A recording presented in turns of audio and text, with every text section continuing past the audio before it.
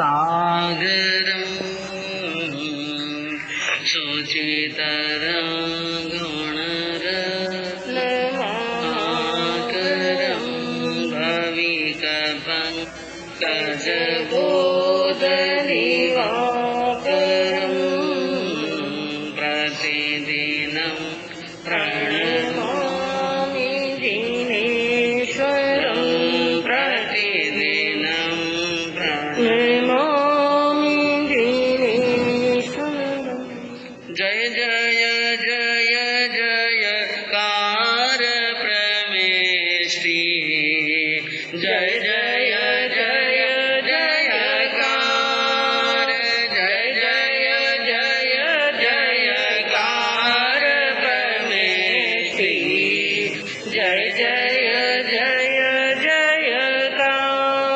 जय सब संकट चूरण करता, जय सब संकट चूरण करता, जय सब आशा पूर्ण करता, जय सब आशा पूर्ण करता, जय जग मंगलाचार प्रमेश्री, जय जय जय जयकार, जय सब मंगलाचार प्रमेश्री, जय जय जय जय।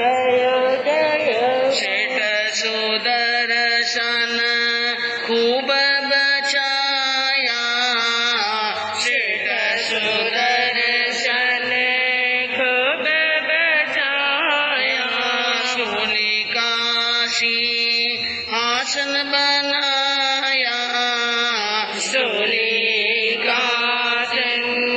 आसन बनाया, जय जय कर नर नार प्रमेश्री, जय जय जय जयकार, जय जय जय जयकार प्रमेश्री, जय जय जय जयकार। सर्वज्ञ सर्वदर्शी चरम तीर्थंकर अहिंसा के अवतार विश्व वंदनीय शासनपति श्रवण भगवान वर्तमान महावीर के पावन चरणों में कोटि कोटि वंदन। हृदय की अनंत अनंत आस्था के केंद्र, संयम धन के दाता, संसार सागर से तिरने का सन्मार्ग बताने वाले पूज्य गुरु भगवंत श्रवण सूर्य दिव्य विभूति 1008 श्री मरुदर केसरी मिश्रीमल जी महाराज साहब के पावन चरणों में कोटि कोटि वंदन। अहिंसा दिवाकर लोकमान्य संत शेरे राजस्थान वरिष्ठ प्रवर्तक पूज्य गुरुदेव श्री रूपचंद जी महाराज साहब के पावन चरणों में कोटि कोटि वंदन। मरुदरा भूषण संत शिरोमणि पूज्य प्रवर्तक गुरुदेव श्री शुकन मुनि जी महाराज साहब के पावन चरणों में कोटि कोटि वंदन। साधना की प्रतिमूर्ति सद्गुणों की उपासिका सरल मना शांत दांत गंभीरा गुरुवरिया माँ सती श्री सज्जन कंवर जी महाराज साहब के पावन चरणों में कोटि कोटि वंदन। धर्म प्रेमी बंधुओं, शीलवती माता, होली पर्व का आज 8वां दिवस उपस्थित और 8वें दिन के अंदर भगवान ने, महापुरुषों ने, आचार्य भगवानों ने यानी आज की विधि बताई। ओम ह्रीम नमो चरितस्य, ओम ह्रीम नमो चरितस्य की 21 माला फेरनी, 70 लोग इसका ध्यान करना, 70 बार नमोथुणम देना और 70 बार ही त्रिकुटों के पाठ से वंदन करना और वर्ण से आयम्बिल करने वालों को श्वेत वस्तु से आयम्बिल करना। यह 8वें दिन की आज की विधि है और विधि के अनुसार भी हमारे जिन शासन के अंदर कई भाई बहन ऐसे कुलवान हैं जो विधि सहित करते हैं और वर्ण वाली ओली करते हैं। कौन सी ओली? वर्ण वाली आयम्बिल करते हैं और आयम्बिल के अंदर भी वर्ण का आयम्बिल करना और कठिन है, लेकिन वो इस प्रकार की विधि और वर्ण का आयम्बिल भी करते हैं और जो आयम्बिल करते हैं उनको बहुत बहुत क्या है साधुवाद हैं, बहुत बहुत उनकी सुख श्रद्धा पूछते हैं। तो ऐसे अयमिल की ओली का तप यानी करने वाले को हम अपने जीवन के अंदर ये भावना पाते हैं कि वे ओली कर रहे हैं, कभी हमारे उदय में भी आवे, कभी हमारे उदय में भी आए कि ऐसी ही शुद्ध भाव से ओली करके कर्मों को काट लें। तो वर्णन सुन रहे थे 7 दिन से श्रीपाल चारित्र के माध्यम से कि श्रीपाल जी ने नवपद की ओली के प्रभाव से अपने इष्ट को सिद्ध कर लिया। जहाँ कहीं भी जाते हैं 1 बार 2 बार नवपद को याद किया और इष्ट उनके साथ में हो जाते हैं और हर कार्य में क्या मिलती है? सफलता। तो कल आप सुन रहे थे कि रूप सुंदरी के साथ में विवाह करने के लिए आए और पुतली ने इशारा किया कुबड़े के गले में वरमाला डाल दो, और रूप सुंदरी बाई ने वरमाला कुबड़े के गले में डाली। लेकिन सभी राजा गए रिसाई, सभी राजा गुस्से में हो गए और वो कहने लगे ये माला इस कुबड़े के गले में पड़े और हमारे जैसे अच्छे अच्छे और बड़े बड़े राजा, शक्तिशाली शूरवीर राजा बैठे बैठे देखते रहे और कुबड़ा शादी कर ले, ये होने वाला।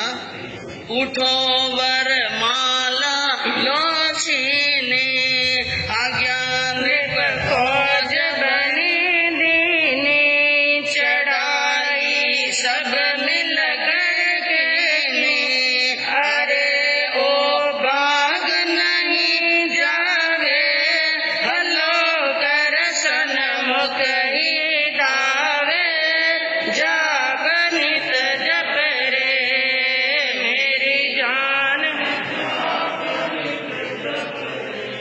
सबने हल्ला मचाया जोरदार और सभा में बैठे हुए बड़े बड़े स्वयंवर में आए हुए राजा खड़े हो गए और यानी भुजाओं का बल तोलने लगे और कहे उठो इसकी वरमाला छीन लो, गले में से वरमाला निकाल दो। और राजा पिता राजा को भी गुस्सा आया, जो कन्या के पिता थे उनको भी मन के अंदर बड़ा रोष आया कि मेरी बेटी ने बहुत गलत किया और इतने बड़े बड़े राजाओं का अपमान हुआ, उन सबको दुश्मन बना दिया। क्योंकि किसी राजा को घर बुलाकर उनका अपमान इस प्रकार हो तो वे शत्रु बन जाते हैं और शत्रु बने हुए राजा कभी भी खतरनाक कदम उठा सकते हैं। इसलिए राजा ने भी आज्ञा दे दी अपनी फौज को कि कुबड़ा भागना नहीं चाहिए, पकड़ लो इसको जल्दी। और सभी सामने आए और कुबड़ जी एक स्थान पर ऊंचे स्थान पर खड़े, मूछा पर ताव लगाया और दे मूछा पर बाण बाण कुंवर बरसाया और ऊठो शब्द शरणाट बाण बरटाट दिखाया, भाग गया बट भूप और जो चढ़कर आया, एक पराक्रम चुस्त सुस्त हो सब शर्माया, तब कुबड़ो कहे रे भाकड़ा और मरणो थाने है सिरे, थारे पर उबा कुबड़ो सुंदर नारी ने भरे। कुबड़ जी ने मूछों पर बाण ताव दिया और धनुष और बाण हाथ में लेकर के और टंकार की, शब्द शरणाट उठाए, ऐसी टंकार की कि कान के पर्दे फट जाए जैसी। और जब बाण आए तो एक बाण छोड़ते हैं और एक बाण 10 और 10 के 100 और 100 के 1000 रूप धारण करते हैं। इस प्रकार जो भट्ट यानी सुबट सामने आए थे वो और राजा लोग आए थे, वो सभी यानी सुस्त हो गए और पहले तो बहुत तेज आए थे तेजी धारण करके, लेकिन उनके पराक्रम को देखकर सब सुस्त हो गए, ढीले पड़ गए। तो कुबड़े ने कहा कि तुम सब लोगों को तो नाक डुबोकर मर जाना चाहिए, तुम सबके खड़े इतने जनों के खड़े रहते, अगर कुबड़ा जीत जाए और उसके बाद में शादी हो जाए तो आपको जिंदा रहने का कोई अधिकार नहीं है। ये सारी बात देखिए, सभी सुस्त हो गए, पीछे हट गए और मुंह नीचा कर लिया। लेकिन अब कन्या का पिता सामने आया, क्यों वो समझ गया कि ये कुबड़ा नहीं, हाँ ये कोई दूसरी और ही कोई माया है। इसलिए उन्होंने सामने आकर कहा कि हे महाशय, आप कौन हैं, आप अपना परिचय दीजिए।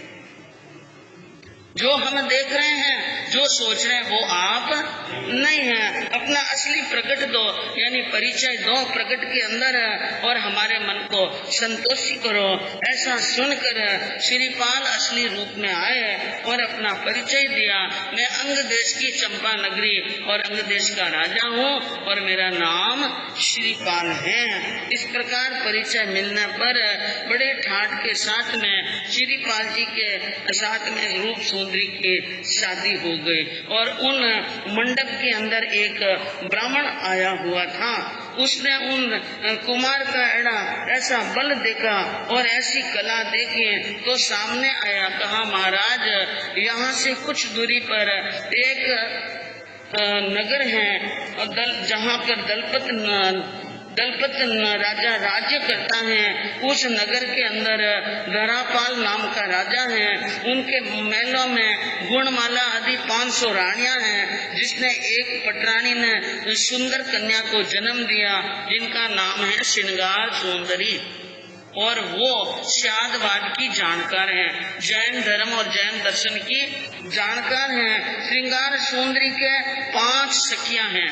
ये 5 सखियां और श्रृंगार सुंदरी सबों ने मिलकर के प्रतिज्ञा कर ली बचपन में कि शादी करेंगे तो हम एक ही पति के साथ में रहेंगे। 6 की शादी एक साथ में होगी। हम 6 की शादी करने वाला भी हमारी तरह धर्मात्मा और शास्त्र का जानकार होना चाहिए। इसलिए उन्होंने प्रतिज्ञा कर ली है और उन्होंने अपनी एक ऐसी प्रतिज्ञा की जो हमारी समस्या को पूरी करेगा, उनके साथ में शादी होगी। और एक शर्त और है, अगर 2 की समस्या की पूर्ति हो गई, न 4 की नहीं हुई या 4 की हो गई 2 की नहीं हुई, तो भी शादी होने वाली नहीं है। इसलिए है महाराज, मैं यहाँ पर आपको ये कहने के लिए आया हूँ कि आप वहाँ पर पहुँचो और उन कन्याओं के मन के अंदर जो समस्याएं हैं, उन समस्याओं का क्या कर लो, समाधान। अब राजा श्रीपाल ये बात सुनकर, कुंवर सुन दियो प्रीति दान, पहुँच गए दलपतपुर थाने, सभा में बैठे राजान, होने संग बैठे श्रीपाल, सखी सह आए सुविशाल, जापनित जप रे मेरी जान, जापनित जप रे। पंडित को प्रीति पूर्वक दान दिया और राजा श्रीपाल यानी हार पहनकर शीघ्र ही पलक झपकते दलपतपुर नगर के अंदर पहुंच गए। धरापाल राजा ने जो स्वयंवर बनाया था, उन स्वयंवर मंडप में गए और वहां पर सभी राजे महाराजे बैठे थे, बड़े बड़े विद्वान। क्योंकि यहाँ शरीर की शक्ति नहीं बतानी, दिमाग की बुद्धि बतानी थी। क्या करनी?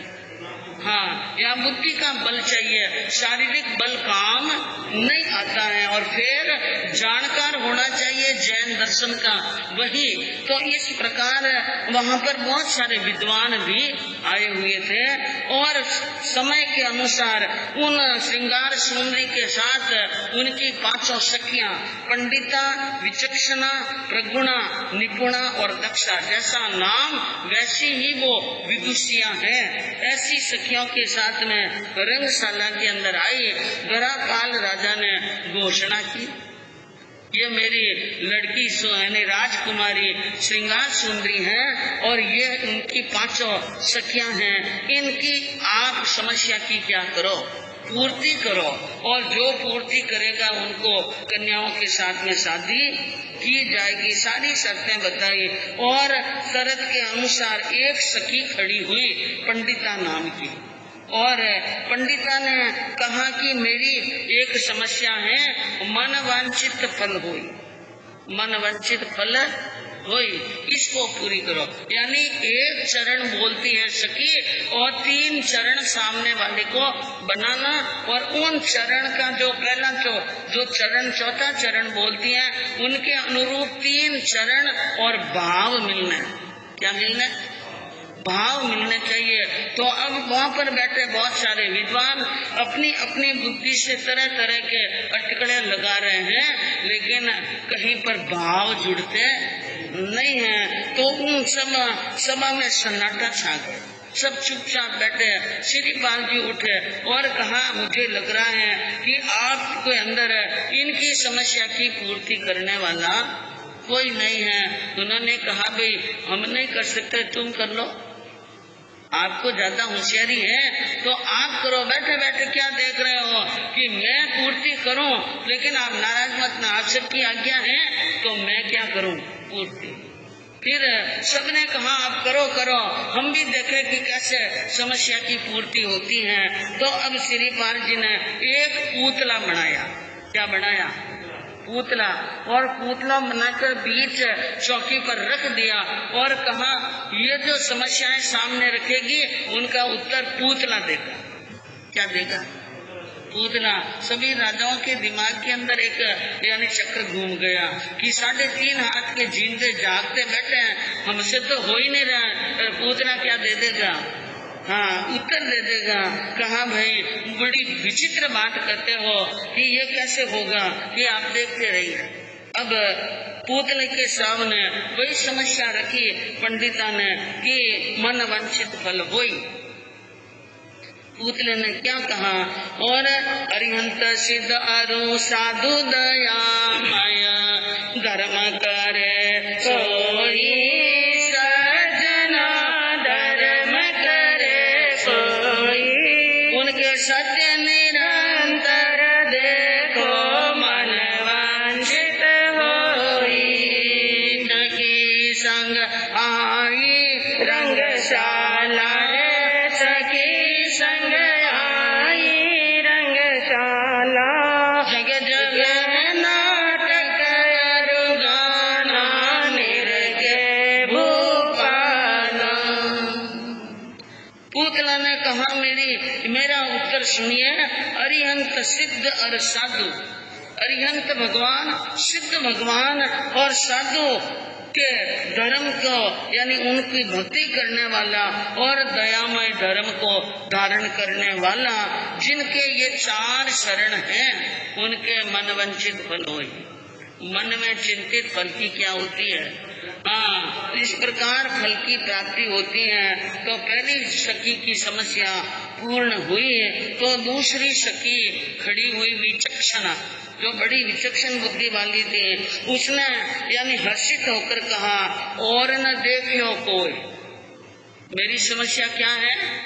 और न देखियो कोई, यानी कोई ऐसा इंसान है जिसके सिवाय कोई देख नहीं सकता। ऐसी कौन सी चीज है कि जिनके सिवाय कोई देख नहीं सकता है? ये मेरी समस्या है, कोई ज्ञानी पुरुष ही पूरी करेगा। तो पुतले ने जवाब दिया कि सुन ले बाला, कहे पुतला सुन ले बाला, ज्ञानी बिन जग जोय, लोक अलोक निगोद भाव को और न देखियो। पुतले ने कहा कि विशिष्ट ज्ञानी के बिना, हे कुमारी, विशिष्ट ज्ञानी के बिना लोक अलोक और निगोद के भाव को कोई भी नहीं जान सकता है। केवल ज्ञानियों के सिवाय ये चीज दिखने वाली, कोई हमें कह दे कि 14 राजू लोग को देख लो, देख सकते हैं? नहीं देख सकते हैं। जिनके पास में केवल दर्शन होगा वही देखेगा, वही जानेगा।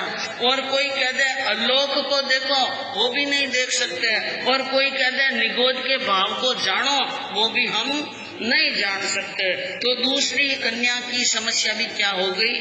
पूरी। तीसरी प्रगुणा नाम की सखी ने एक अपनी समस्या रखी, कर सफलो अपान। मेरी समस्या है कर सफलो अपान। अपान यानी आत्मा, आत्मा को सफल करना। तो इन समस्या को पूरी करनी है। मधुर ध्वनि से कहे पूतलो, सत्यशील तप दान सज्जना, सत्यशील तप दान। समकित धार विनय खिमियान, कर सफलो। मधुर ध्वनि में पूतना बोला, सत्य, शील, तप और दान। जो सत्य धर्म का आराधन कर, शील का आराधन कर, तपस्या करके, दान देके और सम्यक तत्व को जीवन में अंगीकार कर, विनय सहित क्षमा धर्म की पालन करने वाला अपनी आत्मा को क्या कर लेता है? सफल और कल्याण कर लेता है। इस प्रकार की उनकी सखी की इच्छा 3 की समस्या पूरी हुई और चौथी सखी बोली निपुणा, जो बड़ी निपुण थी, वो खड़ी होकर के बोली, मेरी समस्या है जितना लिखा लीलाड़। क्या है? जितना लिखा लीलाड़, यानी भाग्य में जितना लिखा, बस एक चरण दिया, इसको पूरी करो। तो अब वो यानी पूतला कह रहा है, कहे पूतलो कर लो कोई उद्यम विविध प्रकार। पूतले ने कहा, अगर कोई विविध प्रकार के उद्यम कर ले, कोशिश कर ले, पुरुषार्थ कर ले, कितना ही दिमाग लगा दे, किंतु नर उतना ही पावे जितना लिखा लेना। लेकिन मनुष्य को उतना ही फल मिलेगा कि जितना भाग्य में समय से पहले और भाग्य से ज्यादा कभी मिलने वाला नहीं है। 5वीं सखी खड़ी हुई दक्षा, उसने अपनी समस्या रखी, 10 जग सब जन दास, 10 जन सब जगदास, उसका सारा जगत दास है। किसका जगत दास बनता है? वो समस्या क्या करनी थी पूरी, और चरण बनाने थे। तो पूतला ने बड़े हर्षित भाव से कहा, पूतलो कहे शाबाश है जिसके हृदय सुवास और भक्ति दान लेत गुण पर का, तस जग सर्व जनदास। पूतले ने आवाज दी कि जिसके हृदय में सुवास यानी सुंदर भाव है, उत्तम और उदात भावना है, जो उदार हृदय वाला है और भक्ति करना जानता है। क्या करना जानता है? भक्ति करना जानता है। हृदय में उदारता हो, भक्ति की बड़ी भावना हो और दान देने की बड़ी वृत्ति हो और दूसरों के अवगुण नहीं गुण लेता है। क्या लेता है? जो दूसरों के गुण लेता है, भक्ति करता है, दान देता है और हृदय में विशाल भावना रखता है, तस जग सब जनदास। वो किधर से भी निकले, कौन से मोहल्ले से, बाजार से निकले, सारे लोग उनके सामने रास की तरह खड़े रहते हैं और उनका अभिवादन करते हैं। 5 सखियों की आशा पूरी हो गई और अब 6ठे नंबर पर आई राजा की राजपुत्री श्रृंगार सुंदरी, और उसने अपनी समस्या रखी। क्योंकि सखियों की सब इच्छा पूरी हुई तो उनको आशा बंध गई कि मेरी इच्छा भी क्या होगी अब पूरी। उसने अपनी समस्या रखी। रवि पहले उगंत, सूर्य से पहले उदय होता है। सूर्य के उदय होने के पहले जो उदय हो जाता है वो कौन, और कौन ऐसा है जो सूर्य के पहले क्या होता है? उदय। पूतलो कहे अपयस ले मरता, कोई न याद करंत सजना, कोई न याद करंत। यस ले जो मानव जाता, वो रवि पहले उगन। पूतले ने कहा, जिस व्यक्ति ने जीवन के अंदर अपयश ही अपयश कमाया हो, जिसने जीवन में किसी का भला नहीं किया हो, न परिवार का, न समाज का, न संघ का और न राष्ट्र का, न देश का, न वो हिंदू का, न वो मुसलमान का, किसी का अपना नहीं है, ऐसा व्यक्ति मरता है तो कोई याद नहीं करते हैं। लेकिन कोई दानी है, कोई भक्त है, कोई तपस्वी है, और जो ऐसे अच्छे कार्य कर खूब यश लेकर के जाता है, उनको दिन उगने के पहले क्या कर लेते हैं? सूर्य उदय होने के पहले ब्राह्म मुहूर्त में उठ करके उनके नाम की क्या फेरते हैं, माला। और कई ऐसे हुए हैं हमारे भारत के अंदर, तीर्थंकर भगवान के अलावा बड़े बड़े साधक और तपस्वी। तीर्थंकर तो हमेशा ही स्मरणीय है ही, लेकिन इसके अलावा भी प्रातः स्मरणीय कई आत्माएं हो गई जिनका सुबह उठते, जैसे हम अपने अपने गुरु का क्या लेते हैं, गुरु का आचार्य का नाम लेते हैं। और ऐसे हुए जो राजा कर्ण हमेशा एक पहर तक दान देता था, तो सुबह सुबह कोई व्यक्ति अनर्गल बात करे तो मारवाड़ में लोग कहते हैं भाई राजा कर्ण की टाइम है, इसकी टाइम है। हाँ, कम से कम सोच विचार कर बोलो यह कर्ण राजा की क्या है। कहने का मतलब ऐसा दान दिया कर्ण ने कि समय को ही खरीद लिया। किसको खरीद लिया, समय खरीद लिया। तो इस प्रकार जो यश लेके जाते हैं और अच्छे काम करके जाते हैं, उनको सूर्य उदय होने के पहले याद, जिसको याद कर ले उसका उदय हो गया।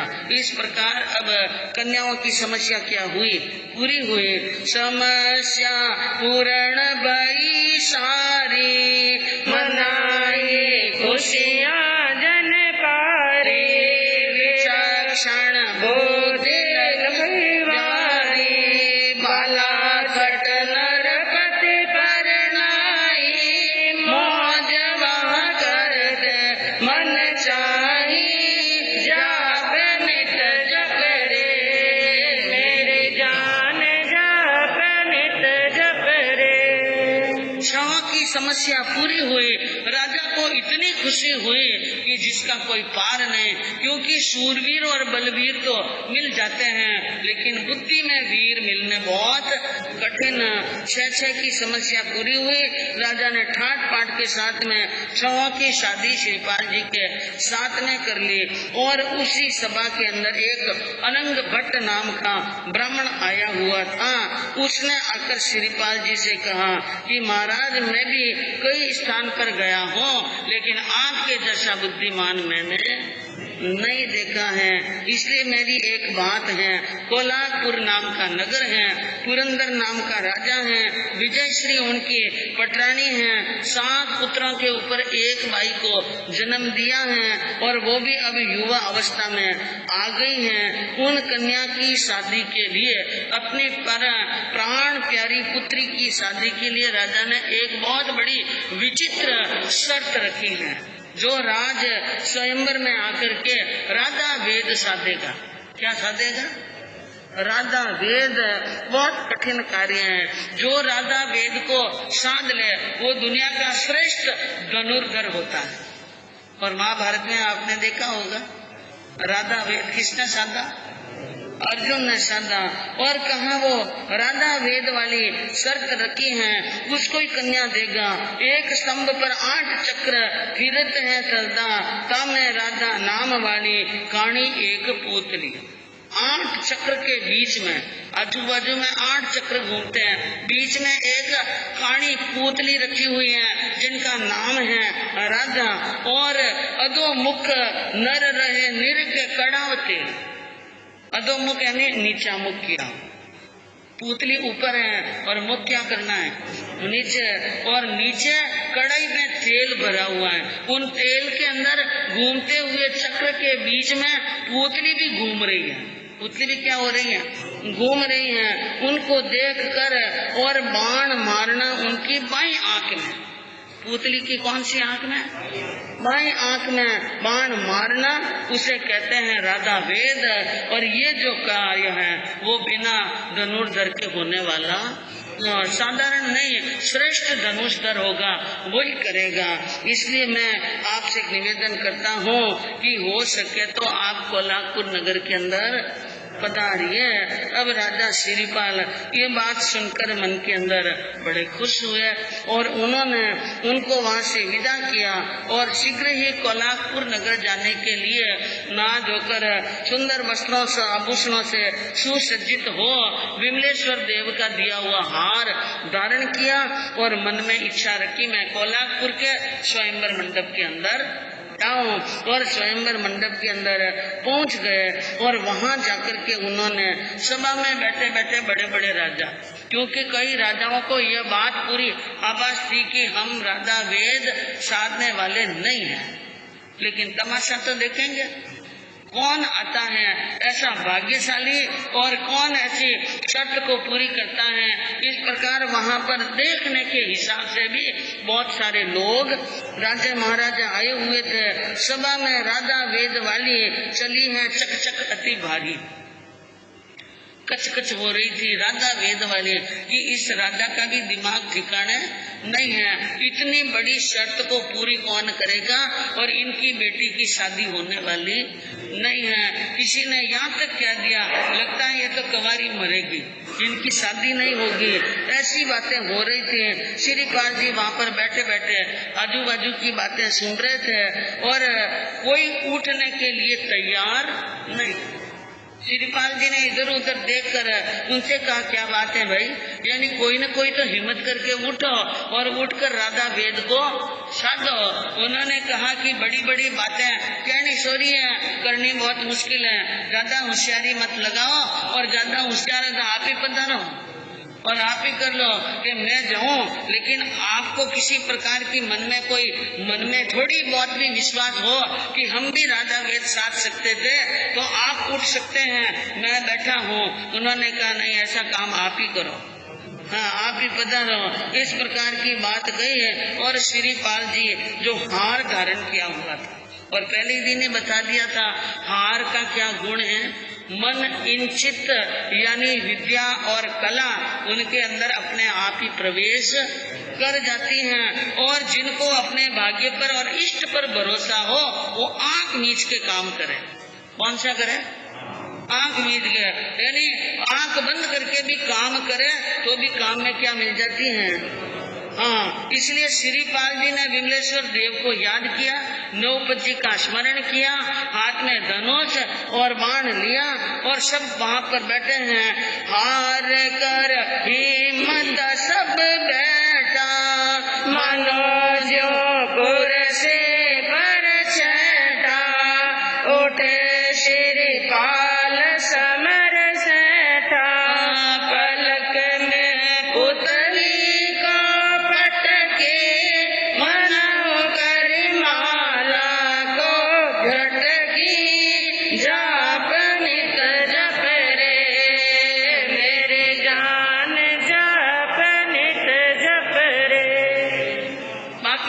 हिम्मत हार कर बैठ गए थे।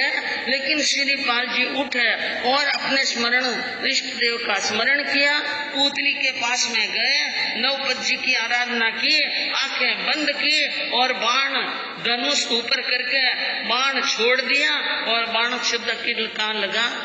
पुतली की बाई आंख में और पुतली नीचे पड़ गई। मनहु करी माला को झटकी, जैसे हाथी अपनी सूंड से फूल की माला को तोड़कर नीचे डाल देता है, इसी प्रकार राधा नाम वाली पुतली को श्रीपाल जी ने नीचे डाल दिया।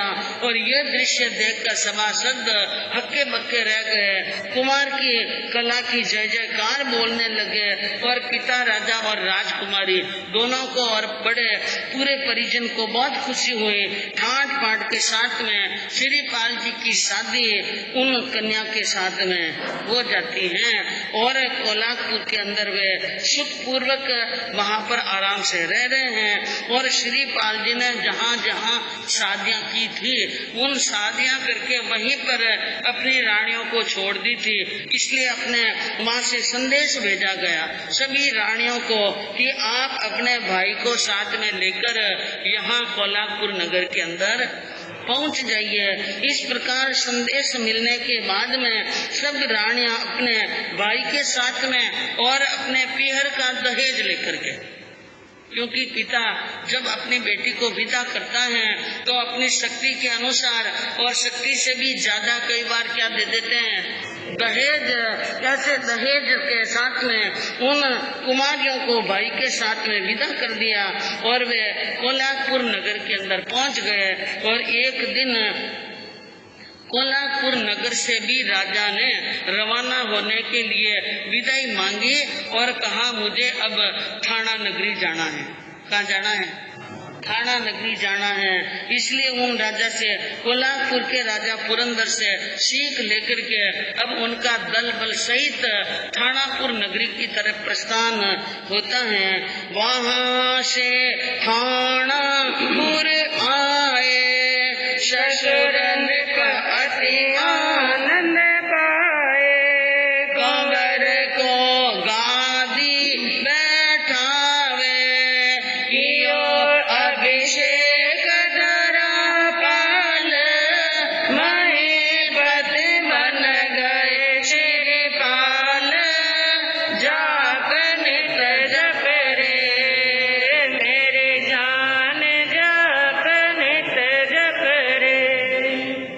उसी थाना नगरी में आ गए और राजा को सूचना मिली कि जमाई साहब अपनी रानियां सहित पधार रहे हैं। तो राजा ने बहुत सुंदर उनके स्वागत की तैयारियां की। और वो थाना नगरी कौन सी, जहाँ पर श्रीपाल जी को सूली पर चढ़ाने का हुक्म दिया था थाना नगरी के राजा ने, वही श्रीपाल जी का ससुराल वहाँ आए। और उन राजा धरापाल के एक ही कन्या थी, पुत्र एक भी नहीं था। इसलिए वो इंतजार कर रहे थे कि जब जमाई राणा यहाँ पर आएंगे तो उनको राजगद्दी देनी है और राज्य देना है थाना नगरी का। इसलिए वहाँ आते ही उनको राजगद्दी पर बिठाया, अभिषेक किया और थाना नगरी का उनको राजा घोषित कर लिया। और आप अपने आत्म कल्याण के लिए धर्म ध्यान के अंदर लग जाते हैं। अब राजा बने हुए श्रीपाल जी ने थाना नगरी की सुंदर व्यवस्था की और राजा बनकर के आराम से महलों के अंदर रह रहे हैं। लेकिन एक दिन की बात है, एक दिन रात्रि की दूसरी पहर के अंदर श्रीपाल जी को मैना सुंदरी की याद आई। किसकी? मैना सुंदरी की याद आई और मन के अंदर बेचैनी होने लगी और आंख से नींद रूठ गई और सोचने लगे, मैं जिस समय उज्जैनी नगरी से रवाना हुआ था, मैंने कॉल किया था कि 12 वर्ष के ऊपर 8वें दिन का सूर्य उदय होगा, उस समय मैं कहाँ पहुँच जाऊंगा? उज्जैनी नगरी में। और उज्जैनी अभी यहाँ से क्या है, दूर है और समय कम है, क्या करना। उनको नींद नहीं आ रही थी, नींद उड़ गई। श्रीपाल टहलने लगे महल के झरोकों के पास में, रानियों की नींद खुली। विचार किया आधी रात के अंदर श्रीपाल जी की नींद उड़ी हुई है, कोई विशेष कारण होना चाहिए। इसलिए मदनावती ने और रतन मंजूषा पास में आई, पूछने लगी, महाराज क्या चिंता है? कोई शरीर में आदि व्याधि है कि कोई आदि है न कोई व्याधि है? चिंता लगी हुई है, क्या चिंता है?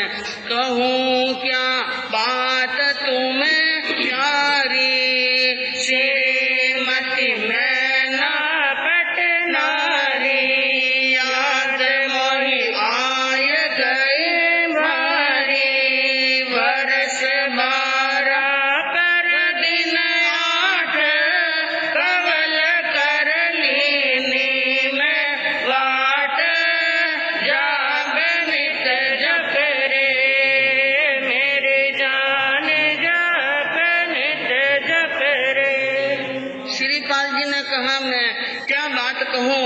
बहुत चिंता की बात यह है कि सबसे पहले मेरी शादी हुई थी, वो है मैना सुंदरी और उज्जैनी के महाराज पृथ्वीपाल की सुपुत्री हैं, जिनके साथ में मेरी शादी हुई और उनका मेरे जीवन पर बहुत बड़ा उपकार है। मुझे जीवन का नया दान दिया, वो मुझे इस वक्त याद आई जिस दिन उसको छोड़कर आया था।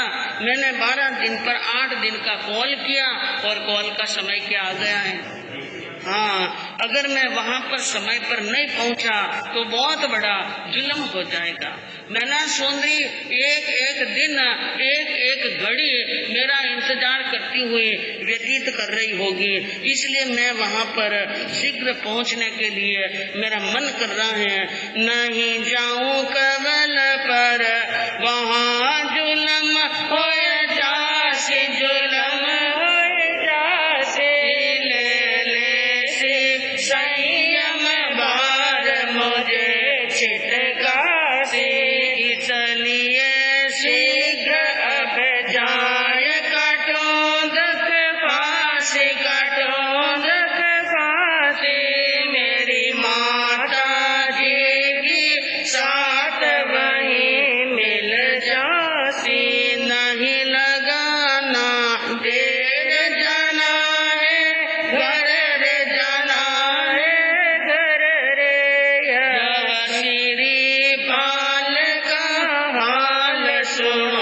सुख कर रे। कहा मैं कबल पर नहीं गया तो मैना सुंदरी 8वां दिन का सूर्य अस्त होते ही 9वें दिन के सूर्य उदय होते ही दीक्षा अंगीकार कर लेगी।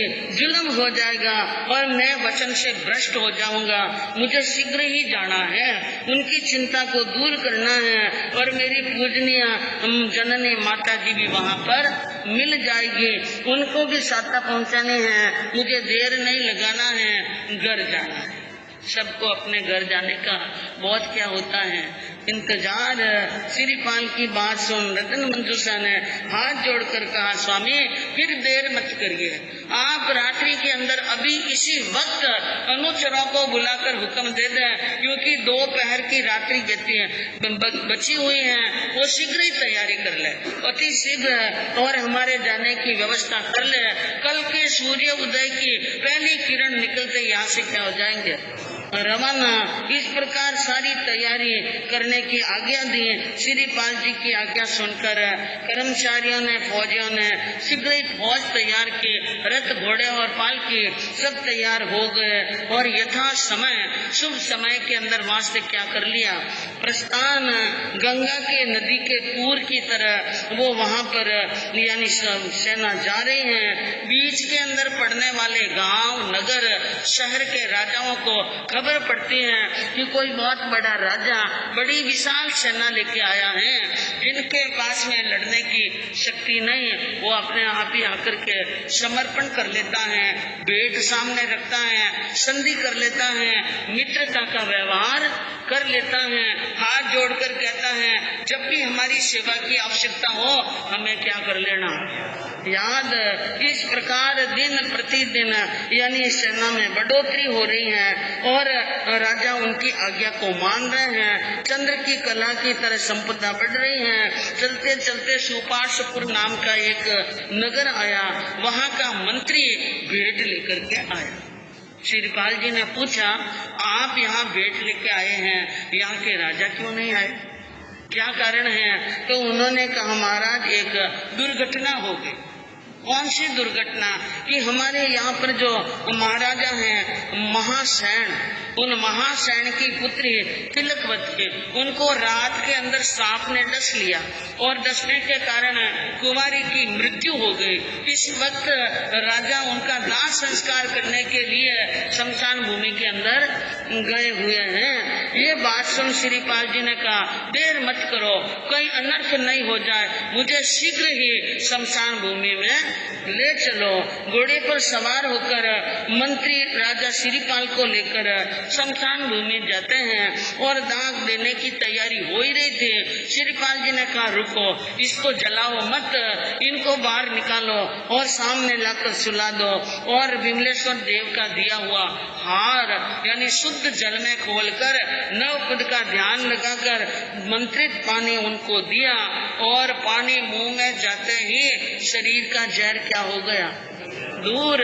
और जहर दूर होते ही थोड़ी देर में कन्या ने आंख खोल दी और राजा को कहने लगे, हे महाराज, थोड़ी देर अगर मैं नहीं आता तो आप कन्या का क्या कर लेते।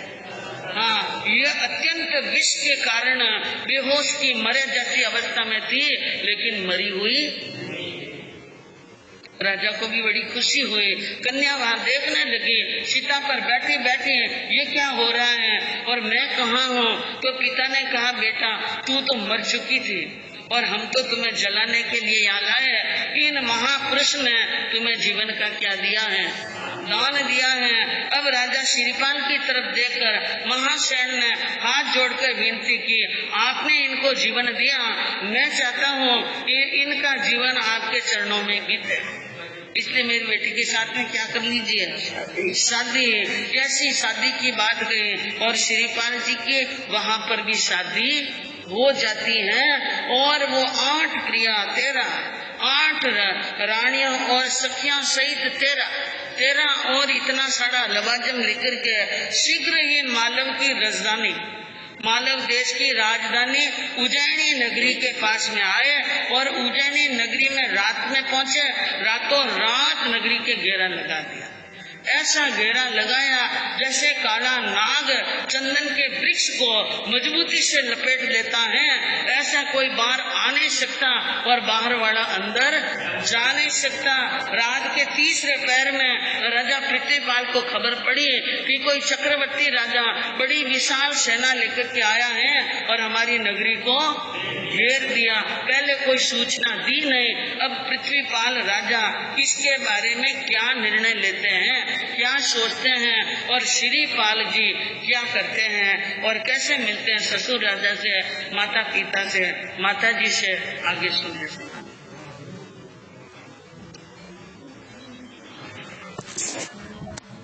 सागरं सुचेत